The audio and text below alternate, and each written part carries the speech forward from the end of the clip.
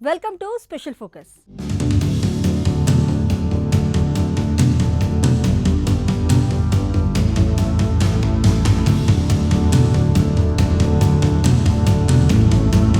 భారత బ్యాంకుల దగ్గర వేల కోట్ల రూపాయల అప్పు తీసుకోవటం, వాటిని తిరిగి చెల్లించకుండా విదేశాలకు పారిపోవటం, అక్కడి కోర్టులకు ఏవేవో కారణాలు చెప్పి కేసులను సాగదీయటం, ఇండియాకు చిక్కకుండా తప్పించుకోవటం. ప్రస్తుతం ఇది కొందరు ఘరానా మోసగాళ్ల తీరుతెన్నులు. ఈ విషయంలో విజయ్ మాల్యా దారి చూపిస్తే అతన్ని అనుసరిస్తూ మరొక వైట్ కాలర్ మోసగాడు నీరవ్ మోదీ కొన్నేళ్ల కింద బ్యాంకులకు వేల కోట్ల రూపాయలు ఎగ్గొట్టి యూకేకు పారిపోయి అక్కడే కాలం గడుపుతున్నారు. ఎటకేలకు నీరవ్ మోడీ పాపం పండిందని చెప్పాలి. పంజాబ్ నేషనల్ బ్యాంక్కి 14,000 కోట్ల రూపాయలు ఎగేసి యూకేకి పారిపోయిన వజ్రాల వ్యాపారి నీరవ్ మోడీకి అక్కడి కోర్టు ప్రస్తుతం షాక్ ఇచ్చింది. నీరవ్పై మనీ లాండరింగ్ అభియోగాలు రుజువయ్యాయని పేర్కొంది. నీరవ్ మోడీని వెంటనే భారత్కు అప్పగించాలని లండన్ కోర్టు తీర్పు చెప్పింది. తనను భారత్కు అప్పగిస్తే అన్యాయం జరుగుతుందన్న నీరవ్ మోడీ వాదంతో కోర్టు పూర్తిగా విభేదించింది. అలాగే నీరవ్ మానసిక పరిస్థితి సరిగా లేదన్న వాదనను తోసిపుచ్చింది. అప్పు చేసి వజ్రాలతో రాజ్యమేలిన Nirav మోడీపై special focus.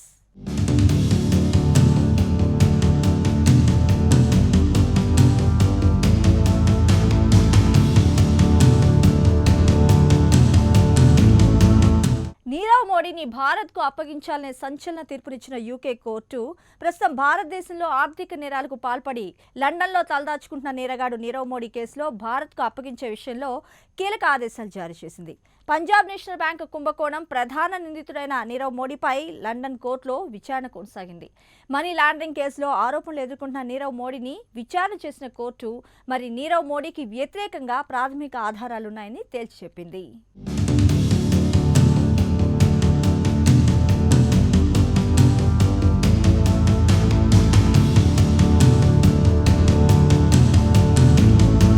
Punjab national బ్యాంకుకు 14,000 కోట్లు ఎగవేసి బ్రిటన్కు పారిపోయిన వజ్రాల వ్యాపారి నీరవ్ మోదీకి అక్కడి కోర్టులో ఎదురుదెబ్బ తగిలింది. నీరవ్పై మనీ లాండరింగ్ అభియోగాలు రుజువయ్యాయని యూకే కోర్టు స్పష్టం చేసింది. నీరవ్ మోదీకి షాక్ ఇస్తూ పీఎన్బీ బ్యాంకును మోసం చేసినట్లు ఆధారాలు రుజువయ్యాయని యూకే కోర్టు సంచలన తీర్పు వెలువరించింది. నీరవ్పై మనీ లాండరింగ్ అభియోగాలు రుజువయ్యాయని యూకే కోర్టు అభిప్రాయపడింది. లండన్ కోర్టులో నీరవ్ను భారత్కు అప్పగించాలన్న విషయంపై విచారణ జరిగింది. మనీ లాండరింగ్, పీఎన్బీ బ్యాంకుకు 14,000 కోట్లు ఎగ్గొట్టిన కేసులో అన్ని ఆధారాలు రుజువైనందున నీరవ్ మోదీని భారత్కు అప్పగించాలని లండన్ కోర్టు తీర్పు వెలువరించింది. భారత్కు అప్పగించినా నీరవ్కు అన్యాయం జరగదంటూ బ్రిటన్ కోర్టు పేర్కొంది.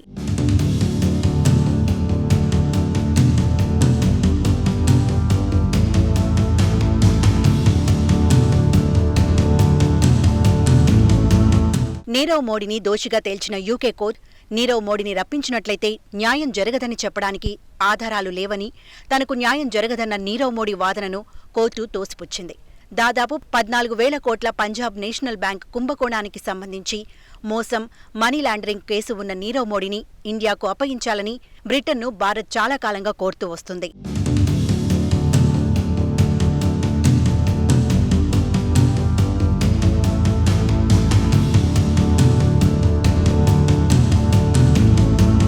ఇండియాలో నీరవ్ మోడీ సమాధానం చెప్పాలన్న జడ్జి ఈ కుంభకోణంలో నీరవ్ మోడీ, పీఎన్బీ అధికారులతో సహా ఇతర కుట్రదారుల మధ్య సంబంధాలున్నాయని Westminster magistrate court judge Samuel Goozee తెలిపారు. నీరవ్ మోడీ చట్టబద్ధమైన వ్యాపారంలో పాల్గొన్నారని, తాము అంగీకరించమని, నిజమైన లావాదేవీలు ఏవీ లేవని మరియు నిజాయితీ లేని లావాదేవీలు సాగాయని తాను నమ్ముతున్నాను అని న్యాయమూర్తి తీర్పు ఇచ్చారు.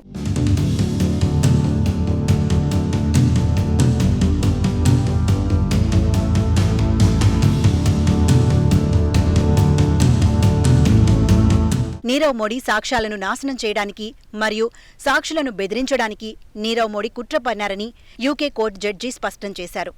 నీరవ్ మోడీ యొక్క మానసిక ఆరోగ్య సమస్యలను జడ్జి కొట్టిపారేశారు. నీరవ్ మోడీని భారత్కు రప్పించినట్లయితే అతనికి న్యాయం జరగదన్న అనుమానం లేదని, ముంబైలోని ఆర్థర్ రోడ్ జైలులో బరాక్ 12 నీరవ్ మోడీకి సరిపోతుందని యూకే కోర్టు జడ్జి తీర్పునిచ్చారు.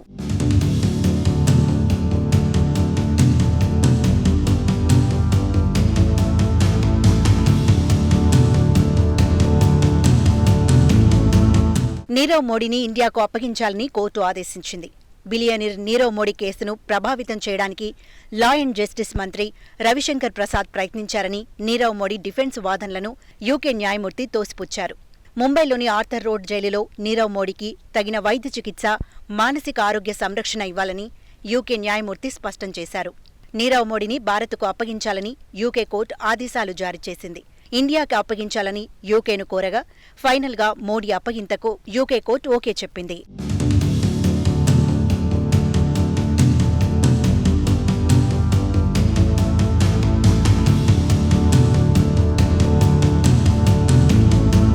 వజ్రాల వ్యాపారి నీరవ్ మోదీ కేసుపై 2.5 ఏళ్లుగా యూకే కోర్టులో విచారణ జరుగుతోంది. మోసం, మనీ లాండరింగ్ కింద అతనిపై ఆరోపణలున్నాయి. ఈ మేరకు ఆయన్ను వాండ్స్వర్త్ జైలు నుంచి అధికారులు మెజిస్ట్రేట్ కోర్టు విచారణకు హాజరుపరిచారు. ఈ కేసును విచారించిన డిస్ట్రిక్ట్ జడ్జి శామ్యుయల్ గోజీ ఈ విధంగా తీర్పును వెలువరించారు.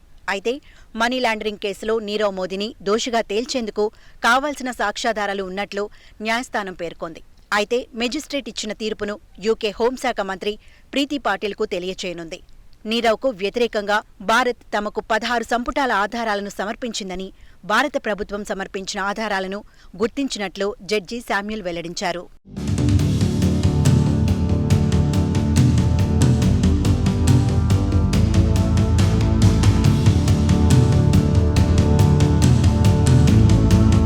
రెండు 2018 వరకు ఆయన ఎవరో ఎవరికీ తెలియదు. కానీ ఒక్కసారిగా పంజాబ్ నేషనల్ బ్యాంక్ కుంభకోణం బయటికి రావడంతో ఆయన గురించి ప్రపంచవ్యాప్తంగా తెలిసిపోయింది. నీరవ్ మోడీ అనే ఒక వ్యాపారవేత్త రాజకీయ నాయకుడే కాకుండా వజ్రాల వ్యాపారంలో మొదటి శ్రేణి వ్యక్తి. పంజాబ్ నేషనల్ బ్యాంక్కి దాదాపు 280 కోట్ల రూపాయల మేర మోసం చేశాడని నీరవ్ మోడీపై ఫిబ్రవరి 5వ తేదీన కేంద్ర దర్యాప్తు సంస్థ కేసు బుక్ చేసింది.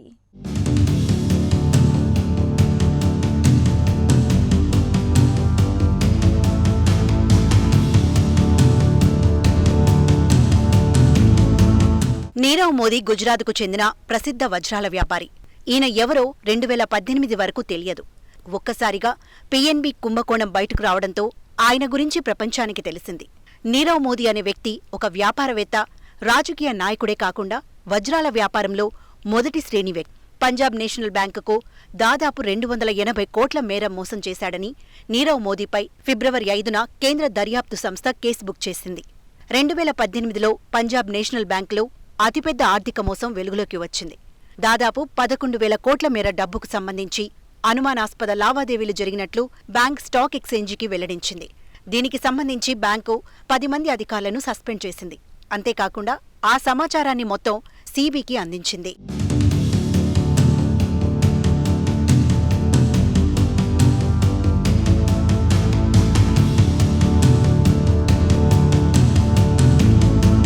నూట 23 ఏళ్ల చరిత్ర కలిగిన పంజాబ్ నేషనల్ బ్యాంక్ పనితీరులో ప్రైవేట్ బ్యాంకులకు ఏమాత్రం తీసిపోని విధంగా పనిచేస్తోంది.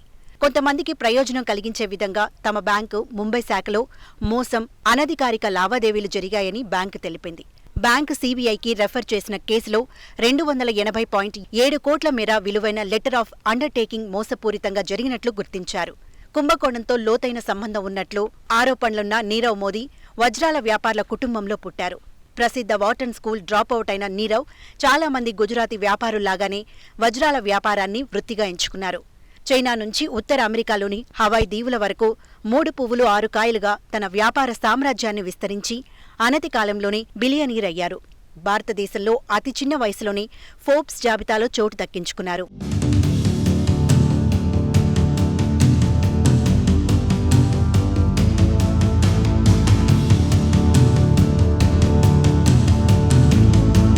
నీరవ్ మోదీ మొదట 14 కోట్లతో వజ్రాల వ్యాపారం మొదలుపెట్టారు.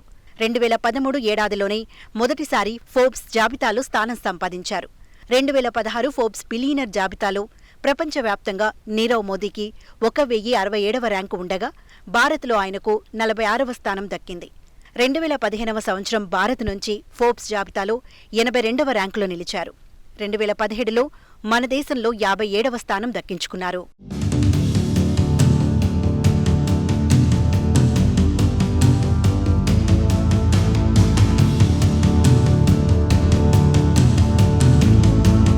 విదేశాలకు పారిపోయిన పంజాబ్ నేషనల్ బ్యాంక్ కుంభకోణంలో ప్రధాన నిందితుడు వజ్రాల వ్యాపారి నీరవ్ మోడీ ఆచూకీ ఎట్టకేలకు దొరికింది. ఆయన లండన్లో ఉన్నట్లు తేలింది. బ్రిటన్కు చెందిన టెలిగ్రాఫ్ పత్రిక నీరవ్ మోడీకి సంబంధించిన వీడియోను విడుదల చేసింది. అయితే భారతదేశంలో నిందితుడిగా ఉన్న నీరవ్ మోడీ లండన్లో మరి స్వేచ్ఛగా తిరుగుతున్నాడని టెలిగ్రాఫ్ పత్రిక పేర్కొంది.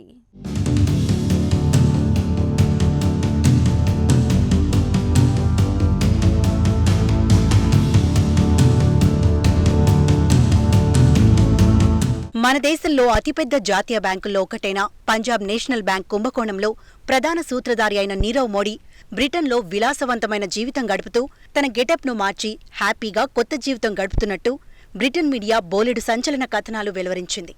ఇంత చేస్తూ కూడా తనకు బెయిల్ కావాలని 5 సార్లు అక్కడి కోర్టును అభ్యర్థించిన ఆయన తన మానసిక పరిస్థితి బాలేదనే నెపంతో స్వదేశంలో అడుగుపెట్టకుండా తప్పించుకుని తిరుగుతున్నారు.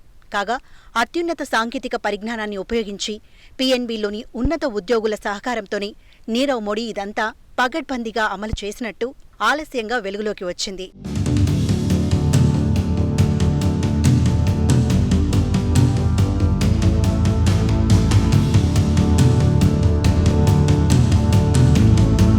వజ్రాల వ్యాపారి అయిన నీరవ్ మోడీ ఆర్థిక నేరాలకు పాల్పడినట్టు అభియోగాలు ఎదుర్కొంటూ విదేశాలకు పారిపోయి 73 కోట్ల ఖరీదైన భవంతిలో ఎంజాయ్ చేస్తున్నట్టు బ్రిటన్ మీడియా గుర్తించే వరకు ఆయన పరారీలో ఉన్నట్టు తెలియలేదు.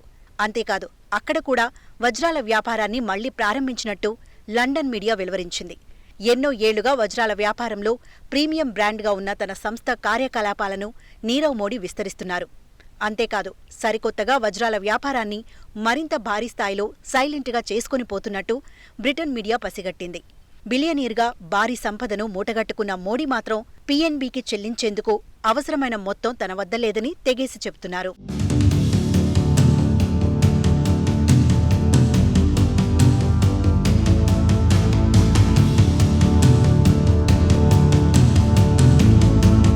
ఇంటర్పోల్ కూడా నీరవ్ మోడీపై మనీ లాండరింగ్ కేసు దాఖలు చేసింది.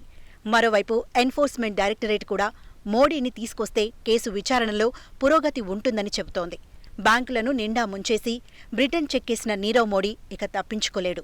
గీతాంజలితో పాటు వివిధ బ్రాండ్లతో వజ్రాలు, బంగారు వ్యాపారం చేసిన ప్రముఖ వ్యాపారవేత్త నీరవ్ మోడీని స్వదేశానికి పంపాల్సిందేనంటూ బ్రిటన్ కోర్టు తీర్పు చెప్పింది. బ్యాంకులను మోసం చేశారనే విషయంపై ప్రాథమిక ఆధారాలున్నాయని యూకే కోర్టు స్పష్టం చేసింది. ఆయన మానసిక స్థితిగతులు ఇందుకు ఏమాత్రం అవరోధం కాదని కూడా కోర్టు తేల్చి చెప్పడంతో ఇక నీరవ్ మోడీని భారత్కు తెచ్చేందుకు లైన్ క్లియర్ అయినట్టే. ఇండో బ్రిటన్ దేశాల మధ్య ఉన్న నేరస్తుల అప్పగింత ఒప్పందం ప్రకారం మరో 2 నెలల్లో దీనిపై తుది నిర్ణయం తీసుకోవడం ఖాయంగా కనిపిస్తోంది.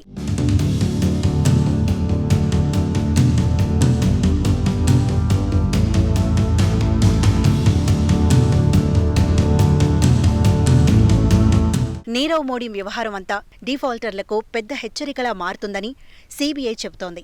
ఈ కేసులో సాక్షులను నీరవ్ మోడీ బెదిరించి ప్రలోభాలకు గురిచేస్తున్న విషయాన్ని వెస్ట్ మినిస్టర్ మ్యాజిస్ట్రేట్ కోర్టు అంగీకరించింది. మోడీ కేసు కొలిక్కి తెచ్చేందుకు ఇది సానుకూల పరిణామం అయినప్పటికీ నీరవ్ మోడీని భారత్కు రప్పించేందుకు చాలా సమయం పట్టవచ్చు. గత 2 ఏళ్లుగా నీరవ్ మోడీ కేసు బ్రిటన్ కోర్టులో నానుతుండగా తాజాగా ఆయన అక్కడి హైకోర్టులను ఆశ్రయిస్తారనే సందేహాలకు దారితీస్తోంది.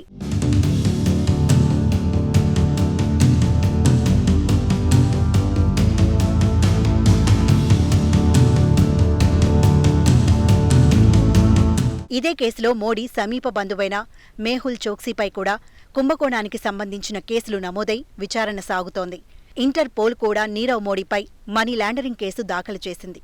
మరోవైపు ఎన్ఫోర్స్మెంట్ డైరెక్టరేట్ కూడా మోడీని తీసుకొస్తే కేసు విచారణలో పురోగతి ఉంటుందని చెబుతోంది.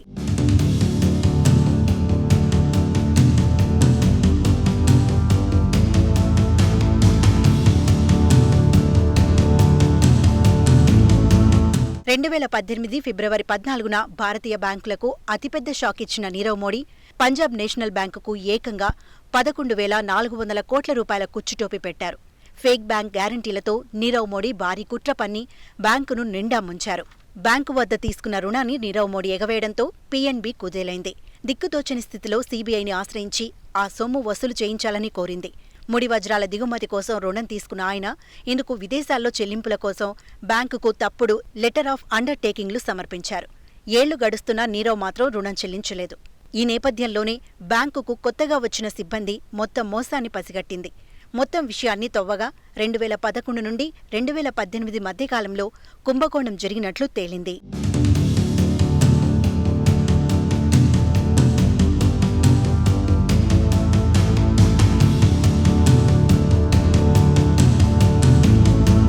నీరవ్ మోడీ బ్యాంకింగ్ రంగంలో అతిపెద్ద మోసానికి పాల్పడ్డాడు.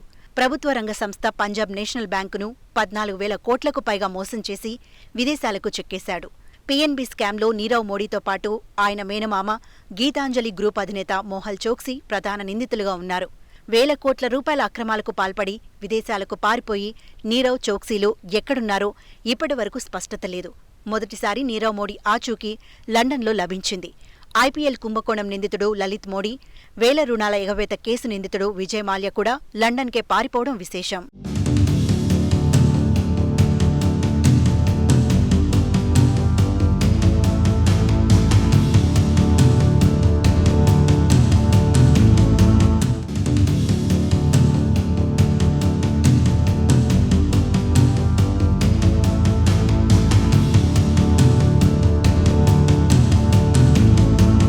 నీరవ్ మోడీ మరి జగమెరిగిన వజ్రాల వ్యాపారి. పంజాబ్ నేషనల్ బ్యాంక్లో 14,000 కోట్ల రూపాయలు అప్పు తీసుకుని ఆ అప్పు తిరిగి కట్టకుండా హాయిగా లండన్ కోర్టు వీధుల్లో వెచ్చగా చలి కాచుకుంటున్న వ్యక్తి. మరి ఆ మనిషికి మనసుండదా? ఒక మనిషికి ఆత్మ ఉండదా? ఆ ఆత్మ లోపల ఒక అంతరాత్మ అంటూ ఉండదా? ఒకవేళ ఆ అంతరాత్మ రాసిన బహిరంగ లేఖ ఉంటే దానికి సారాంశం ఎలా ఉంటుంది?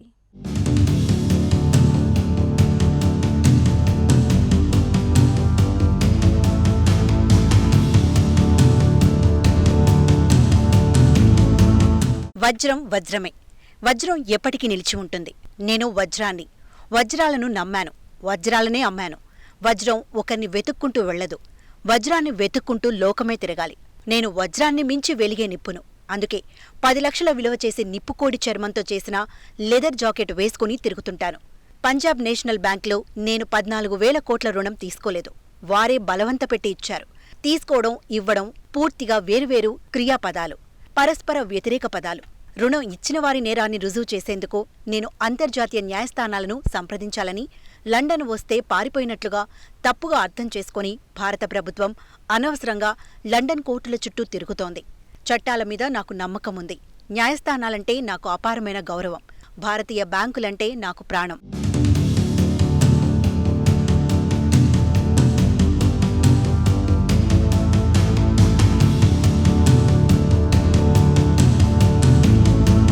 త్వరలోనే కడిగిన వజ్రంలా నేను బయటపడతానని నీరవ్ మోడీ అన్నారు. అయితే ప్రపంచంలోని బ్యాంకులకు నీరవ్ లేఖ ద్వారా 6 సూచనలు చేశారు. ఎంత పెద్దవారైనా, ఎంత పలుకుబడి ఉన్నా పూచీకత్తు లేకుండా 1,000 కోట్ల రుణం ఇవ్వకూడదని బ్యాంకులకు సూచించారు. రుణం 1,000 కోట్లు దాటితే ఆ కంపెనీలో బ్యాంకు ప్రతినిధి కూడా కూర్చొని రోజువారీ కార్యకలాపాలను సమీక్షించాలని లేఖలో పేర్కొన్నారు. రాజకీయ నాయకులతో తరచుగా కనిపించే బడా సంపన్నులను బ్యాంకులు అనుమాన దృష్టితోనే చూసి వ్యవహార లావాదేవీలు జరగాలి.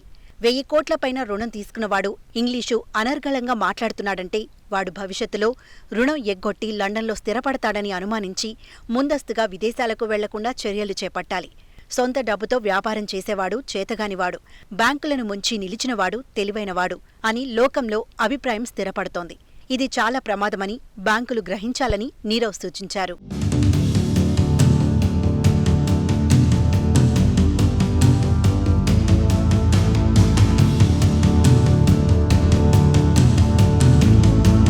అమెరికాలో 25 ఏళ్ల పాటు బ్యాంకులను మోసం చేసిన వాణ్ణి చివరకు పట్టుకుని జైల్లో పెట్టారు.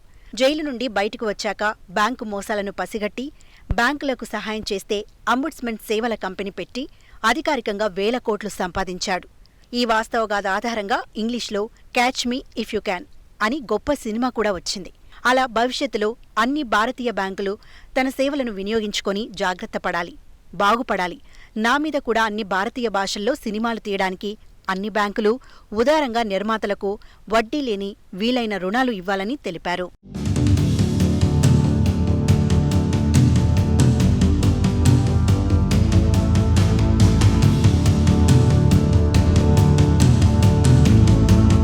నీరవ్పై కేసు ఎప్పుడు ఎలా జరిగిందో ఒక్కసారి పరిశీలిద్దాం.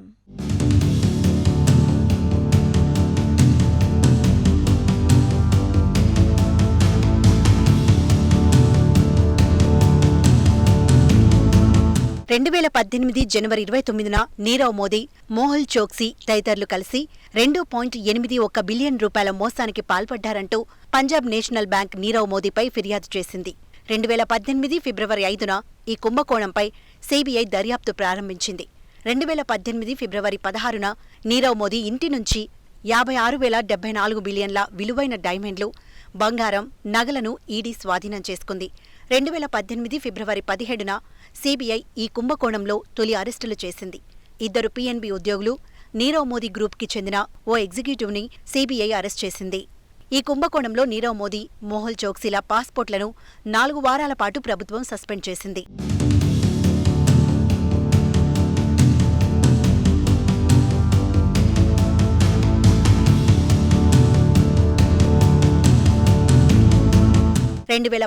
ఫిబ్రవరి 21న నీరవ్ మోదీ, సీఎఫ్ఓ, మరో 2 సీనియర్ ఎగ్జిక్యూటివ్లను సీబీఐ అరెస్ట్ చేసింది.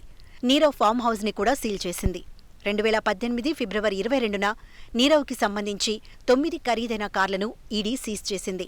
2018 ఫిబ్రవరి 27న నీరవ్కి magistrate court bailable arrest warrant జారీ చేసింది.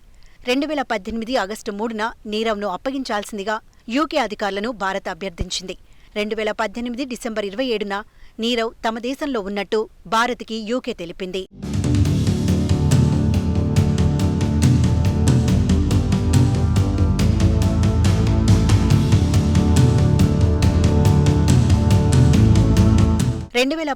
మార్చి 9న బ్రిటిష్ పత్రిక ది టెలిగ్రాఫ్ లండన్ వీధుల్లో నీరవ్ దర్జాగా తిరుగుతున్నట్లు ధృవీకరించి వార్త ప్రచురించింది. 2019 మార్చి 18న భారత్ కోరిన మేరకు లండన్లోని వెస్ట్ మినిస్టర్ కోర్టు నీరవ్కు అరెస్టు వారెంట్ జారీ చేసింది.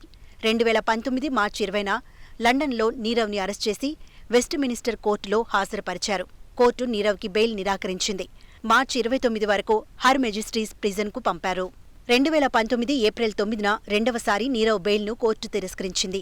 2019 మే 8న మరోసారి నీరవ్ బెయిల్ తిరస్కరించడంతో యూకే జైల్లోనే నీరవ్ మోడీ ఉండాల్సిన పరిస్థితి వచ్చింది. 2019 జూన్ 12న నీరవ్ పారిపోయే ప్రమాదం ఉందని 4వసారి కోర్టు బెయిల్ నిరాకరించింది. 2019 ఆగస్టు 22న నీరవ్ రిమాండ్ సెప్టెంబర్ 19 వరకు యూకే కోర్టు పొడిగించింది. 2019 నవంబర్ 6న నీరవ్ కొత్త బెయిల్ పిటిషన్ను యూకే కోర్టు తిరస్కరించింది.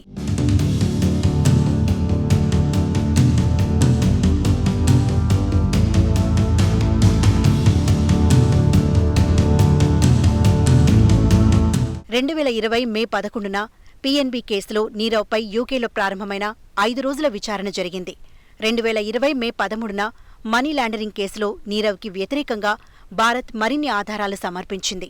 2020 డిసెంబర్ 1న నీరవ్ రిమాండ్ పొడిగించారు.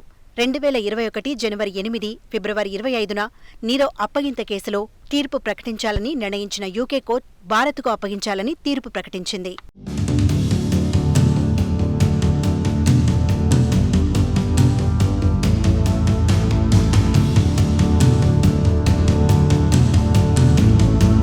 పరారీలో ఉన్న వజ్రాల వ్యాపారి నీరవ్ మోడీని తిరిగి స్వదేశానికి తీసుకొచ్చే విషయంలో భారత్కు నిర్ణయాత్మక విజయం లభించిందని చెప్పాలి. మోడీని పంజాబ్ నేషనల్ బ్యాంక్ స్కామ్ కేసులో భారత్లోని కోర్టులో విచారించాల్సిన అవసరం ఎంతైనా ఉందని బ్రిటన్లోని Westminster magistrate district judge Samuel Goozee తీర్పునిచ్చారు. భారత్లోని కోర్టులో తనకు న్యాయపరమైన విచారణ జరగదన్న నీరవ్ మోడీ వాదనను ఆయన పూర్తిగా తోసిపుచ్చారు. భారత్లో నిష్పక్షపాత విచారణ జరగదన్న వాదనకు మరి ఎలాంటి స్పష్టమైన ఆధారాలు లేవని స్పష్టం చేశారు.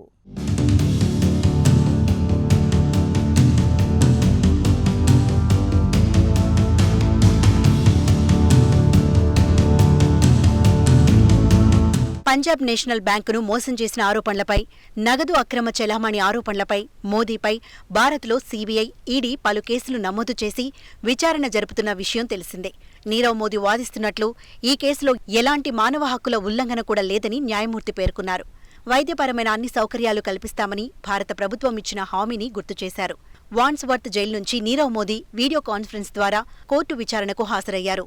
పీఎన్బీ స్కామ్ కేసులో సీబీఐ, ఈడీ పేర్కొన్న నగదు అక్రమ చెలామణి, సాక్షులను బెదిరించడం, సాక్ష్యాధారాలను నాశనం చేయడం వంటి ఆరోపణలకు సంబంధించి నీరవ్, దీపక్ మోదీని దోషిగా నిర్ధారించేందుకు అవసరమైన సాక్ష్యాధారాలున్నాయని ఈ సందర్భంగా జడ్జి శామ్యూల్ గూజీ పేర్కొన్నారు.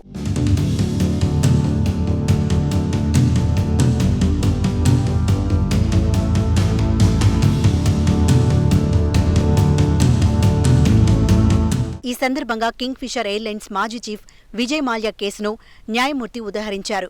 దీర్ఘకాలం జైలులో ఉండడంతో నీరవ్ మానసిక ఆరోగ్యం దెబ్బతిన్నదన్న విషయాన్ని అంగీకరిస్తూనే అది భారత్కు ఆయనను అప్పగించేందుకు అడ్డంకిగా భావించడం లేదని జడ్జి స్పష్టం చేశారు. ఈ కేసులో 16 బండిళ్ల సాక్ష్యాధారాలను, మరో 16 బండిళ్ల నిపుణుల నివేదికలను భారత ప్రభుత్వం కోర్టుకు సమర్పించిన విషయాన్ని ప్రస్తావిస్తూ వాటిని పరిగణనలోకి తీసుకున్నానన్నారు.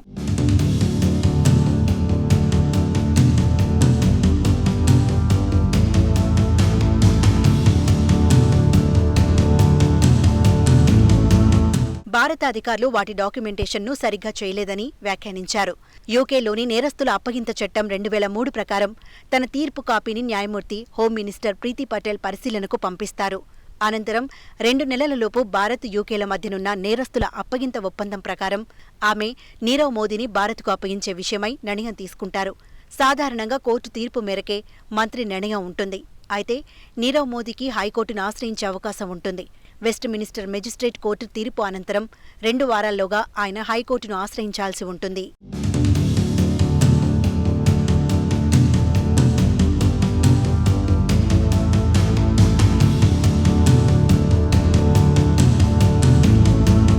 నీరవ్ మోడీ విషయంలో బ్రిటన్ కోర్టులో భారత్ ఘన విజయం సాధించిందని చెప్పాలి. నీరవ్ మోడీని భారత్ పంపేందుకు యూకే కోర్టు అనుమతినిచ్చింది. విచారణ సందర్భంగా నీరవ్ మోడీ వాదనను బ్రిటన్ కోర్టు కొట్టిపారేసింది. నీరవ్ మోడీపై మనీ లాండరింగ్ రుజువైంది. అలాగే బోగస్ కంపెనీల పేరుతో బ్యాంకులను మోసం చేస్తున్నట్లు భారత ప్రభుత్వం ఆధారాలు సమర్పించింది. భారత ప్రభుత్వం సమర్పించిన ఆధారాలన్నీ సరైనవన్నీ లండన్ కోర్టు వెల్లడించింది.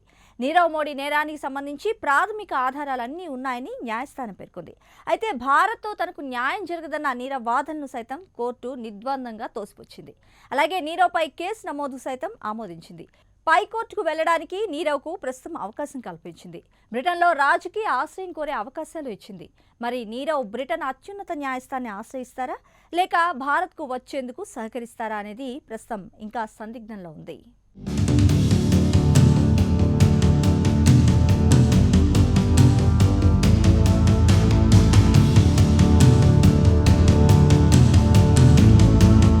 ఇదే ఇవాల్టి స్పెషల్ ఫోకస్. మరో అంశంతో మళ్ళీ కలుద్దాం.